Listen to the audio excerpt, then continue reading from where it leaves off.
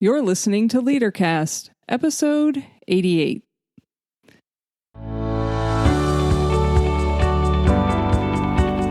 Welcome to LeaderCast, Transforming Missions podcast with Tim Bias and Sarah Thomas, providing you with insights and resources you need to lead a movement of Jesus followers. If I were to ask you, as a Christ-centered leader, what's your purpose? How would you answer? Could you tell me the purpose or mission of, let's say, your employer? How about the church where you worship? Do you know their purpose? As people who follow Jesus, we need to keep Jesus as the foundation of everything we do. Our life, our work, our family, our friendships, everything. In this episode, get ready to explore your life purpose and how it will help you navigate the key tasks and common threats to a healthy, growing faith. Before we explore that, let me remind you that this episode of LeaderCast is brought to you by Dare to Lead, a training experience for Christian leaders to learn the skills you need to be a brave leader and create a courageous culture at church, at home, and in the workplace. It's just one way we help provide resources and coaching for you as a Christian leader in changing times. You can find resources for this episode, including a transformation guide at transformingmission.org/088. Now, we encourage you to become a LeaderCast Insider. You'll get the transformation guides included in your weekly email. And you can also subscribe to LeaderCast on your favorite podcast player. We know that being a Christian leader amidst the changing times brings challenges. So we're here to help resource and coach you in becoming the leader God has created you to be. So a question for today is, what gets in the way of living into our purpose as Christ-centered leaders? Time, money, training. These are all often the reasons that we hear. And it comes down to not having the resources to do or to be who God's created us to be. But really, the challenge is inside of us. It's to get clear about who and whose we are and how we're going to use the resources we have. And that begins with knowing our purpose in the light of God's mission. Now, I know some of you are having flashbacks to Rick Warren and The Purpose-Driven Life. There's a reason that book sold millions. And there are others of you who are thinking about Simon Sinek and Start With Why. At the heart of what both people were talking about is our mission, our purpose. So have you made clarifying your purpose a part of your faith journey? So almost 20 years ago, while I was sitting in a conference for youth leaders, I remember being challenged to have a vision and a purpose for our youth ministry. And I remember where I ended up with defining that purpose. It was this statement: our purpose is to raise up young heroes for Christ who are empowered by the Holy Spirit to seek transformation in the world. But what I quickly realized was that wasn't the purpose of the ministry. That was the purpose that God had laid on my heart. And over the years, the meaning of young heroes has changed. That purpose has stayed with me, but I no longer think of it as age. I think of young heroes as people who are seeking to follow Jesus. So now young is a reference to a desire to grow, recognizing that each one of us still have growing up to do when it comes to a life of faith. And come on, who doesn't have some growing up to do? My shorthand for that has become be a city light, referencing Matthew 5:14-16. Today, I mostly apply that to the work I do, coaching and facilitating. The application may have changed, but my purpose in light of God's purpose has not changed. It's grown, it's become more focused, it's been lived out in different contexts. Sarah, how did you get there? How did you get to that purpose? Well, I told you that I was sitting at a conference when a speaker asked that question, and I remember when the question was asked, kind of looking around like, do all of you people sitting in this room with me, and there were hundreds, if not thousands, have a purpose? Because I sure as heck don't. And so I had to face the dire reality that I'd never named my purpose. And so that meant spending time in prayer and paying attention to what God was doing around me. And I had to look at what was important to the organizations, specifically the church that I was a part of, because at the time, I didn't know what my purpose was. This is going to sound silly, but it was true. I knew my calendar. And what became clear then was I was good at being busy. There were lots of things and lots of activities on my calendar, but there weren't a whole lot of things around me that were really helping me and me helping other people to deepen their relationships with Christ and with one another or the community. So I had to get focused. And at that time, my focus was on middle school and high school and college students.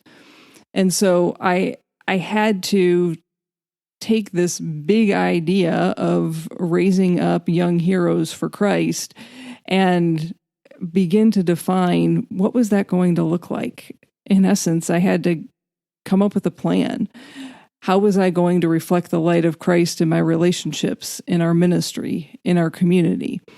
And as I sought the light of Christ, then I knew I could reflect that same light back to the people that I was beginning to encounter. So with what you're saying is, if we want to grow as Christ-centered leaders, there's some things that we're going to have to do, or it's going to take something. Yeah, I would say to you, it's going to take a clear understanding of God's larger mission. You aren't. This is going to sound like a put down. I don't mean it that way, but you aren't the point. God is at the center of everything that we're doing is Jesus. And so you need to get clear on God's larger mission. And then you're going to have to define a purpose in your life in this time and place.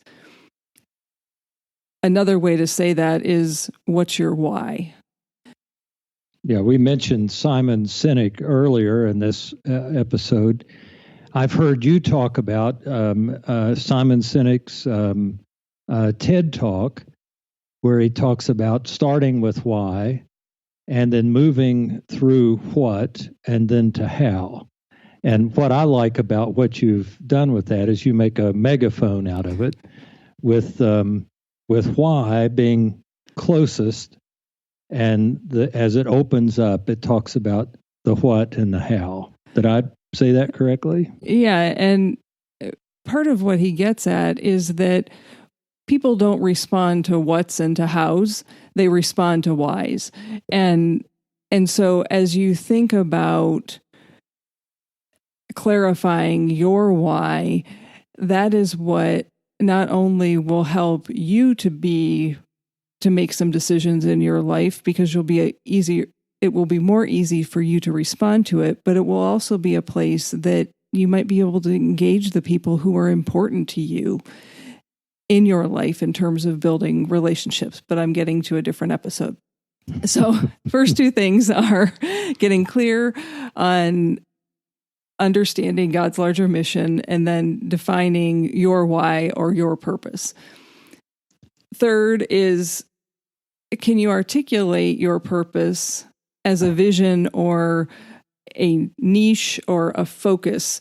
Think about the things that are of interest to you, and my example of being focused on middle school, high school, and college students. So I was focused on a student ministry at that point in time in my life. Right now, I would say that the work that Tim, you and I are doing is really focused on Christian leaders, people who are not only leading in the church, but people who are seeking to follow Jesus and are leading in some capacity in their life. Many of them are leading in the life of the local church. Some of them call themselves pastors. Others call themselves chairs of committees. And even more are employed in a variety of places or leading in their homes. When we're talking about Christ-centered leaders, that's who we're focusing on right now. At least that's who I'd say we're focusing on. Would you agree with that? Yeah. That's our, as it said in times past, our focus group, or the folks that we are concerned about, with whom we communicate. Yeah, and then the last thing that you're going to have to get clear on is having a plan. What are you going to do to live into that? So part of our plan is having a podcast. Part of our plan is writing blog posts. Part of our plan is having a website where we can communicate with you. Part of why we invite you to become a LeaderCast Insider is so that we can communicate with you. So those are all a part of our plan. And without a clear sense of your purpose, you're going to have a hard time making decisions and focusing your attention, because I don't need to tell you, and Tim doesn't need to tell you, there are a million messages coming at you every single day, and there's lots of invitations that are coming your way too. Think about your purpose as what grounds your feet. It's what's going to guide your actions, and it's what is going to move you to new and growing opportunities. So, Sarah, may I interrupt here to say that there are times when we're planning a podcast that we ask ourselves the question, is this about Christian leaders? Is this about helping people be who God created them to be? There are other times we say, does this really resource or coach those persons we're talking to in the changing times? So those are the kind of questions we ask ourselves to keep ourselves focused with the plan that we have. Right. And so sometimes we will look at one another and go, no, that was just a conversation that we were having. It's not meant for anything else. And at other times we'll look at one another and be having a conversation and go, oh yeah, that needs to be a part of a blog, or that needs to be a part of a podcast. So it can work in both ways. And your purpose, again, if you think about the story that I shared, well, the overall picture of what my purpose is, which if you think about it, sounds pretty darn close to what is in Matthew 28 in terms of making disciples and transforming the world. It's just said with slightly different language. It's not a static purpose. The heart of it stays the same, but around it, the context calls for it to be lived out differently. Is that what? Yeah, it's dynamic. It's life-giving, and it's going to grow and change based on where you are. So there's going to be times where you're going to redefine how you live out your purpose. And as we were preparing this episode, I thought we might need to say, no, we're not talking about midlife crises here, but there may be a time in middle life that something is shifting. And so your focus is going to change on how you live that out.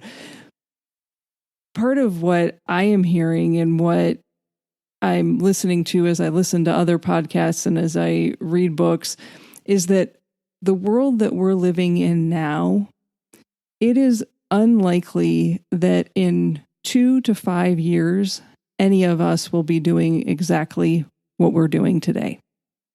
That's how quickly the world is changing. So the tactics that we might use, how we go about doing something may change, but guess who doesn't change? Jesus. You might put a different spin on it and call it every 2 to 5 years, there's new innovation happening.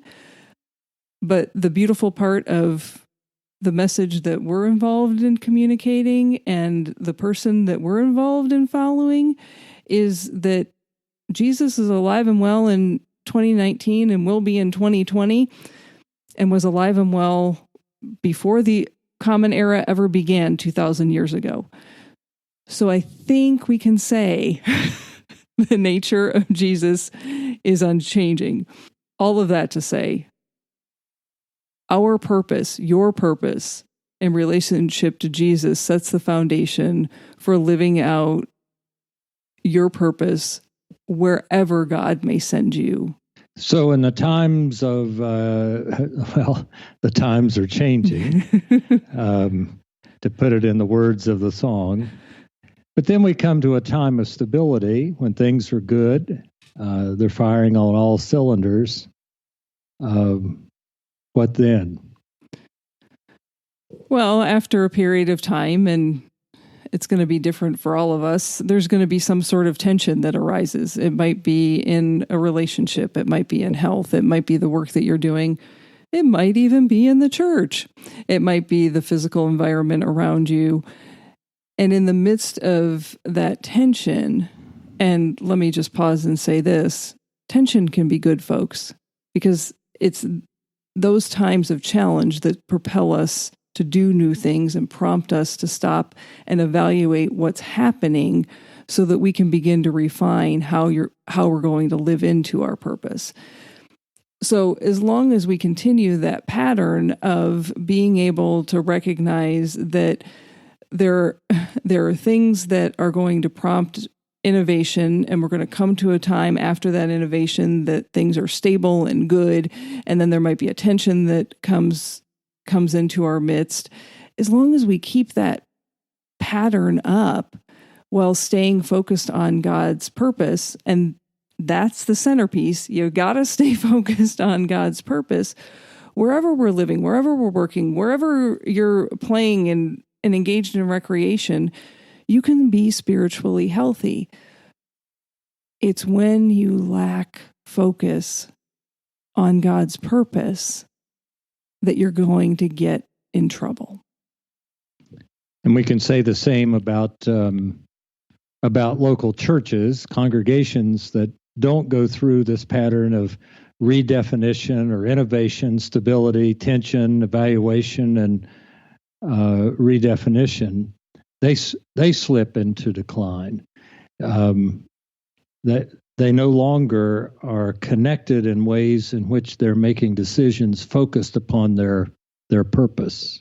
Right.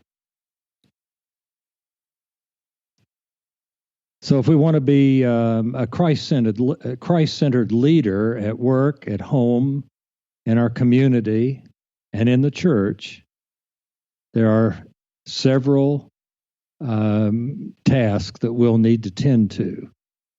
You've been doing well about talking of this. What are some of those tasks? Well, the first one is, are you paying attention to what God is doing around you? Are you focused? Go ahead. Well, I was going to say that's, you've heard us talk about this in almost every podcast in some way. Where do you see God at work around you, in your life or in the community around you? How are you keeping active in recognizing God's presence as the center of your life? And that, I'm sorry, I took that one away from you, but I really like that one. and I just want to say, just because of the timing, that I look for God every day in some way or another, and it, as much as I know it's going to happen, I always get surprised. I'm always surprised. And the last one, and it's just because of when it happened. And so when I say this on the podcast, you may need to take this out. But just the idea that somebody's in a courtroom and they want to hug the person who's killed his brother and just say, I forgive you. I mean, God's saying, I'm not hiding here. I'm right here. Let's get this. And it's in a courtroom. It's not in a sanctuary. And it's in a place where you'd say, you deserve to get this. And somebody's offering forgiveness. I mean, I'm sorry. Yep, go ahead. Well, God's message is going to get out, and God is going to use whatever means God needs to use to remind us that God is actively present in our daily lives. What could happen if Christ-centered leaders started doing what you just described, Tim, of every day, looking for Jesus in what you are doing? And that action is tied directly into your purpose, because if you're not paying attention to where God is moving, you're not going to know how you need to live out your purpose. Because those are the places that God is showing up, and we're going to get into this in the next episode. Your purpose and God's presence set the foundation for everything that you do as a follower of Jesus. Would you say that again? That is really important. Your purpose and God's presence set the foundation of everything that you do as a follower of Jesus. Now, there are some of you that are saying, doesn't prayer, doesn't Bible study, those are all actions. And those are ways that we can pay attention to God's presence. And they help us to pay attention to God's presence. I'm going to pause there because we've got a whole episode coming on that one. I think you get the importance we're trying to focus on in that. Another task that you need to tend to is having meaningful places to share your story as a part of God's story. And I'm pausing because I want you to hear me say this clearly. One of the mistakes that I see us making as people of faith over and over and over again is that we are only sharing our stories with other people who are part of a Christian community already. That needs to happen. And if you don't know your story and can't articulate it, that's the first place that you need to learn how to share your story and tell your story and point out where you're seeing God. But it can't stop there. Because when we are only focused on our Christian friends, our church friends, if I can say it that way, there's a whole group of people that aren't inside that echo chamber that need to hear the story of God, need to see you living out your purpose. And which leads to the next one, which is focusing on making disciples. If we're not focused on making disciples, and what I mean by that is multiplying and investing in new relationships, guess what? At some point in time,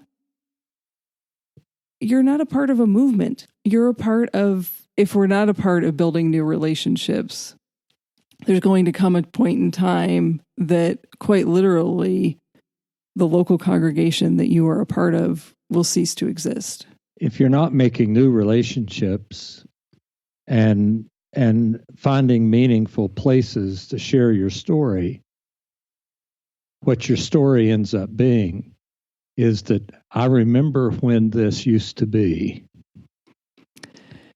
And that is, and it doesn't make any difference whether it's the church, whether it's some other kind of organization, even when it's your own life and you're sitting at a family reunion. I remember when it used to be.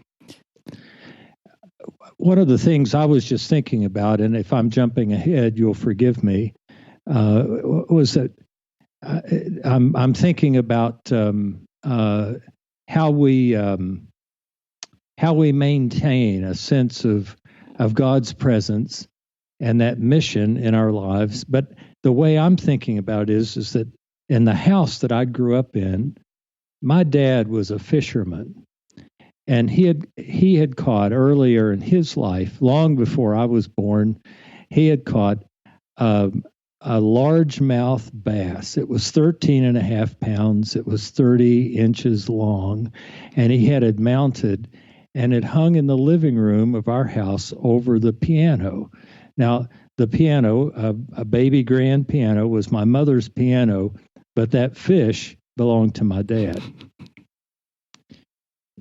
I remember being with him at certain places and he having, as we would say, fish stories, because he could tell that story about when he was fishing in Florida and the plug that he used and the boat he was in and where he was and the great story about that fish. But he also fished other places, so he always had a story about fishing. I remember when he took me and he was teaching me about fishing and showing me the lures and the plugs and the things. And I remember the first fish that I caught and how he helped me get it in. And his word to me at that point was, now you have a story to tell. But because it was meaningful to him, he took me to a place where I could experience this for myself, and then took me places where he told his stories so I could tell my story. Part of what I'm hearing you say is that even though that's a fish story, and I say that somewhat facetiously, we do learn in the midst of a changing world, in different contexts, that there are ways that we relate to people, we invite them in, we teach them, and then they have their own story to tell. That's really part of our purpose as being followers of the living God through Jesus Christ. And I've been thinking about Jesus being a friend of sinners, that we develop relationships with people that maybe others would not even develop relationships with, and allow them to experience for themselves this great love of God. That's part of what we're talking about. That's exactly what we're talking about. There are other things to look at. I think one of them that you had here was learn how to adapt to the changing conditions through technical and sometimes adaptive changes. So you have something to say there. I don't have anything specific to say about that other than if we are not changing, we are not growing, is all that I would say there. And so as we think about the tasks that we need to tend to and focusing on where's God moving in our midst and who are the people that we're relating to and how are we investing in them and inviting them to share their story as we teach through, as you illustrated, Tim, in your story, as we teach them and they have the opportunity to teach others, it's quite literally a ripple of how do we get here 2,000 years later? 2,000 years later, it's exactly that process that happened. And so what we've shared with you is not anything new. Well, it's who we are as Christ-centered leaders. It's who we are as being who God created us to be. It's not our story, it's God's story, and how we fit into it and how we invite other people into the story as well. Maybe the easiest way that I can really illustrate that is to say what threatens that and what gets in the way of that.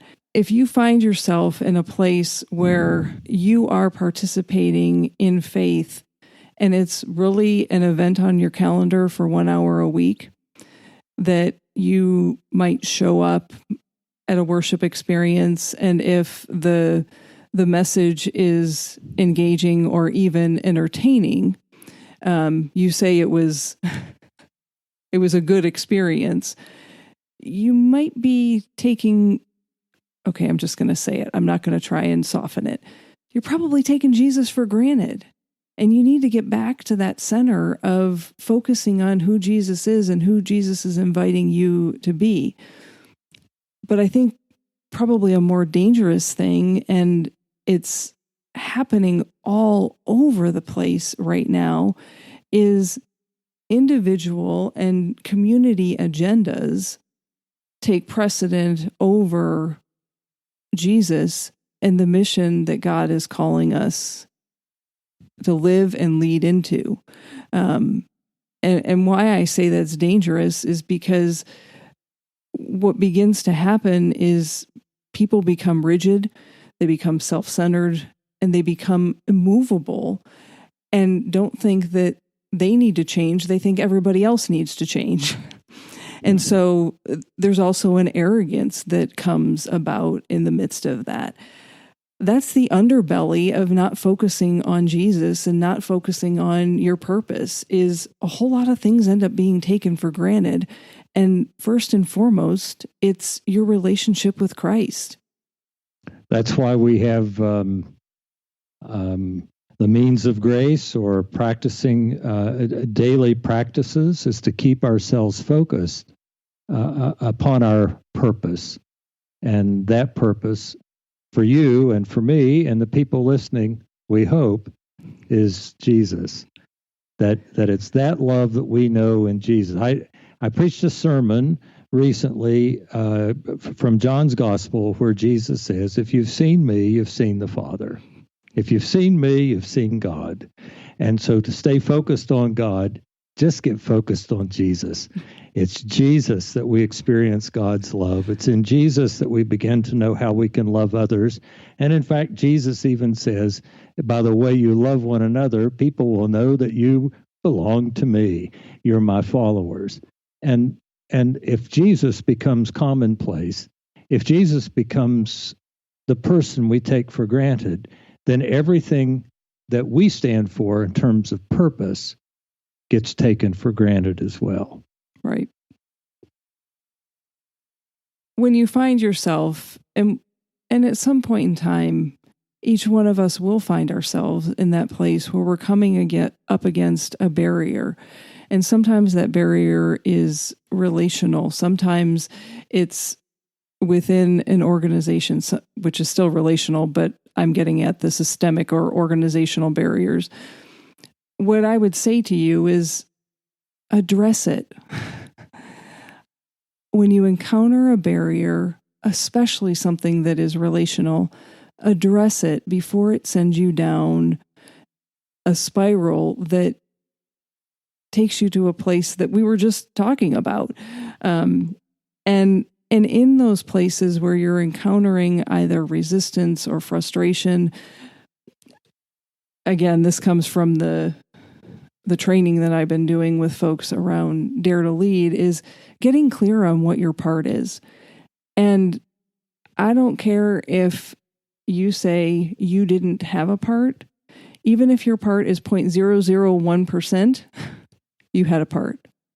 And so what you can't do is say, I didn't have a part, because if you didn't do anything, that was your part. I wasn't a part of that is your part, because there's probably something that you needed to say. There was probably a relationship that you needed to go seek out and say, there's something coming between us. And have that conversation. And the other thing is getting clear on what needs to happen. And this really brings the whole podcast full circle, because if you're not clear on what your purpose is, you are never going to be clear on what needs to happen, because you will not have a filter, a lens through which to make decisions, to see what is happening around you, and to be able to sort through, no, we're not going to do that. Or I'm not going to watch one of the playoff games for Major League Baseball. Instead, I'm going to pick up the phone, or I'm going to go see XYZ person so that we can have a conversation about something that happened. You make choices differently when you have clarity around your purpose. So the question for this podcast is, what will you choose? You can choose to define your purpose in light of your relationship with Jesus. You can get focused on how you'll specifically live that out and start living into the plan that we've been offering to you.